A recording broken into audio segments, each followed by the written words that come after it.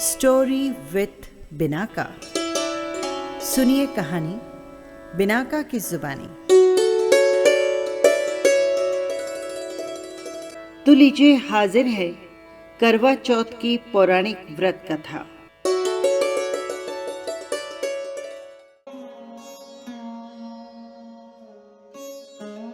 करवा चौथ का व्रत हर सुहागिन के लिए बेहद खास होता है।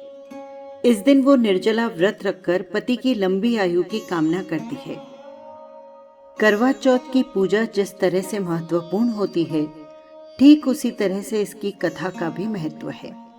इस कथा को सुने बगैर पूजा पूर्ण नहीं हो सकती। तो आइए करवा चौथ की पौराणिक कथा सुनते हैं। कहा जाता है कि इस व्रत को देवताओं के लिए उनकी पत्नियों ने भी रखा था। इस व्रत का प्रसंग महाभारत काल में भी मिलता है। करवा चौथ व्रत को लेकर यूं तो कई कथाएं प्रचलित है, जिसमें से एक माता पार्वती और भगवान शिव से जुड़ी है। आइए जानते हैं आखिर कैसे करवा चौथ व्रत की शुरुआत हुई और किसने सबसे पहले रखा था ये व्रत। एक पौराणिक कथा के अनुसार सबसे पहले करवा चौथ का व्रत शक्ति स्वरूपा मां पार्वती ने भगवान शिव के लिए रखा था।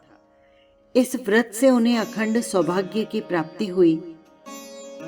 एक और कथा के अनुसार एक बार देवताओं और राक्षसों के बीच जोरदार युद्ध छिड़ा। तमाम कोशिशों के बाद भी देवताओं को सफलता हासिल नहीं हुई। देवताओं पर दैत्य हावी हो रहे थे। तभी ब्रह्मदेव ने देवताओं की पत्नियों को करवा चौथ व्रत रखने के लिए कहा। उन्होंने बताया कि इस व्रत को रखने से दैत्य देवताओं से परास्त होंगे। इसके बाद देवताओं की पत्नियों ने युद्ध में सफलता और लंबी आयु की कामना के लिए करवा चौथ व्रत किया। कहते हैं कि तभी से कार्तिक मास की चतुर्थी के दिन इस व्रत को रखने की परंपरा शुरू हुई। करवा चौथ व्रत से जुड़ी एक कथा महाभारत काल में भी मिलती है।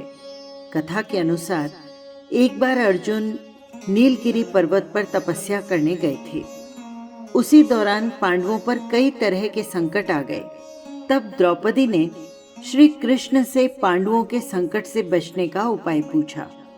इस पर भगवान कृष्ण ने उन्हें कार्तिक मास की चतुर्थी के दिन करवा चौथ का व्रत रखने के लिए कहा। कहते हैं कि द्रौपदी ने ये व्रत किया और पांडवों को संकट से मुक्ति मिल गई। आइए जानते हैं एक और पौराणिक कथा। बहुत समय पहले की बात है। एक साहूकार के 7 बेटे और एक बेटी थी, जिसका नाम था करवा।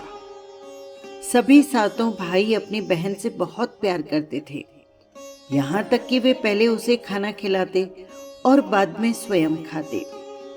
एक बार उनकी बहन ससुराल से मायके आई हुई थी। शाम को भाई जब अपना व्यापार व्यवसाय बंद कर घर आए तो देखा उनकी बहन बहुत व्याकुल थी। सभी भाई खाना खाने बैठे और अपनी बहन से खाना खाने का आग्रह करने लगे, लेकिन बहन ने बताया कि आज उसके करवा चौथ का निर्जल व्रत है और वो खाना सिर्फ चंद्रमा को देखकर उसे अर्घ्य देकर ही खा सकती है। क्योंकि चंद्रमा अभी तक निकला नहीं है, इसलिए वो भूख और प्यास से व्याकुल हो उठी है। सबसे छोटे भाई से अपनी बहन की ये हालत देखी नहीं गई और वो दूर पीपल के पेड़ पर एक दीपक जलाकर चलनी की ओट में रख देता है। दूर से देखने पर ऐसा प्रतीत होता है कि जैसे चतुर्थी का चांद उदित हो रहा हो। इसके बाद भाई अपनी बहन को आकर बताता है कि चांद निकल आया है, तुम उसे अर्घ्य देकर उसके बाद भोजन कर सकती हो। बहन खुशी के मारे सीढ़ियों पर चढ़ चांद को देखती है और उसे अर्घ्य देकर खाना खाने बैठ जाती है। जैसे ही वो खाना खाने बैठती है कि कुछ अपशकुन होने लगते हैं। वो पहला निवाला मुंह में डालती है तो उसे छींक आ जाती है। दूसरा निवाला डालती है तो उसमें बाल निकल आता है और जैसे ही तीसरा टुकड़ा मुंह में डालने की कोशिश करती है, उसके पति की मृत्यु का समाचार उसे मिलता है। वो बौखला जाती है। उसकी भाभी उसे सच्चाई से अवगत कराती है कि उसके साथ ऐसा क्यों हुआ। करवा चौथ का व्रत गलत तरीके से टूटने के कारण देवता उससे नाराज हो गए हैं और उन्होंने ऐसा किया है। सच्चाई जानने के बाद करवा निश्चय करती है कि वो अपने पति का अंतिम संस्कार नहीं होने देगी और अपने सतीत्व से उन्हें पुनर्जीवन दिलाकर रहेगी। वो पूरे 1 साल तक अपने पति के शव के पास बैठी रहती है, उसकी देखभाल करती है और उसके ऊपर उगने वाली सुई नुमा घास को वो एकत्रित करती जाती है। 1 साल बाद फिर करवा चौथ का दिन आता है। उसकी सभी भाभियां करवा चौथ का व्रत रखती हैं। जब भाभियां उससे आशीर्वाद लेने आती है तो वो प्रत्येक भाभी से यम सुई ले लो, पिया सुई दे दो, मुझे भी अपनी जैसी सुहागिन बना दो, ऐसा आग्रह करती है। लेकिन हर बार भाभी उसे अगली भाभी से आग्रह करने का कहकर चली जाती है। इस प्रकार जब 6 नंबर की भाभी आती है तो करवा उसे यही बात दोहराती है, यम सुई ले लो, पिया सुई दे दो, मुझे भी अपनी जैसी सुहागिन बना दो। ये भाभी उसे बताती है कि चूंकि सबसे छोटे भाई की वजह से उसका व्रत टूटा था, अतः उसकी पत्नी में ही शक्ति है कि वो तुम्हारे पति को दोबारा जीवित कर सकती है। इसलिए जब वो आए तो तुम उसे पकड़ लेना और जब तक वो तुम्हारे पति को जिंदा न करे उसे नहीं छोड़ना। ऐसा कहकर वो चली जाती है। सबसे अंत में छोटी भाभी आती है, यम सुई ले लो, पिया सुई दे दो, मुझे भी अपनी जैसी सुहागिन बना दो। करवा उससे भी सुहागिन बनने का आग्रह करती है, लेकिन वो टालमटोल करने लग जाती है। इसे देख करवा उन्हें जोर से पकड़ लेती है और अपने सुहाग को जिंदा करने के लिए कहती है। भाभी उससे छुड़ाने के लिए नोचती है, खसोटती है, लेकिन करवा उसे नहीं छोड़ती है। अंत में उसकी तपस्या को देखकर भाभी पसीज जाती है और अपनी छोटी उंगली को चीरकर उसमें से अमृत उसके पति के मुंह में डाल देती है। करवा का पति तुरंत श्री गणेश कहता हुआ उठ बैठता है। इस प्रकार प्रभु कृपा से उसकी छोटी भाभी के माध्यम से करवा को अपना सुहाग वापस मिल जाता है।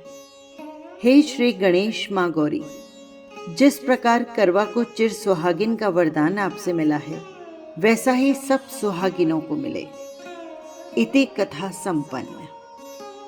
आप सभी को करवा चौथ की बहुत सारी बधाई और शुभकामनाएं। आइए जानते हैं क्या होती है करवा चौथ की पूजन सामग्री। करवा चौथ एक नारी का पर्व है। इस व्रत को सौभाग्यवती महिलाएं करती है। इस व्रत में प्रमुखतः गौरी और गणेश का पूजन किया जाता है, जिसमें पूजन सामग्री का विशेष ध्यान रखा जाता है। आइए देखते हैं करवा चौथ से जुड़ी पूजन सामग्री की सूची। चंदन, शहद, अगरबत्ती, पुष्प, कच्चा दूध, शक्कर, शुद्ध घी, दही, मिठाई, गंगा जल, कुमकुम, अक्षत यानी चावल, सिंदूर, मेहंदी, महावार, कंघा, चुनरी, चूड़ी, बिछुआ, मिट्टी का टोंटीदार करवा और उसका ढक्कन, दीपक, रुई, कपूर, गेहूं, शक्कर का बूरा, हल्दी, पानी का लोटा, गौरी बनाने के लिए पीली मिट्टी, लकड़ी का आसन, चलनी, 8 पूरियों की अठावरी, हलवा और दक्षिणा, जिसमें दान देने के लिए कुछ पैसे इत्यादि। ये थी करवा चौथ की कहानी और पूजन की सामग्री। आपको कथा कैसी लगी कमेंट बॉक्स में जरूर लिखिएगा और यदि आपने चैनल को सब्सक्राइब नहीं किया है तो कर लीजिएगा। फिर मिलेंगे किसी नई कहानी के साथ। नमस्कार।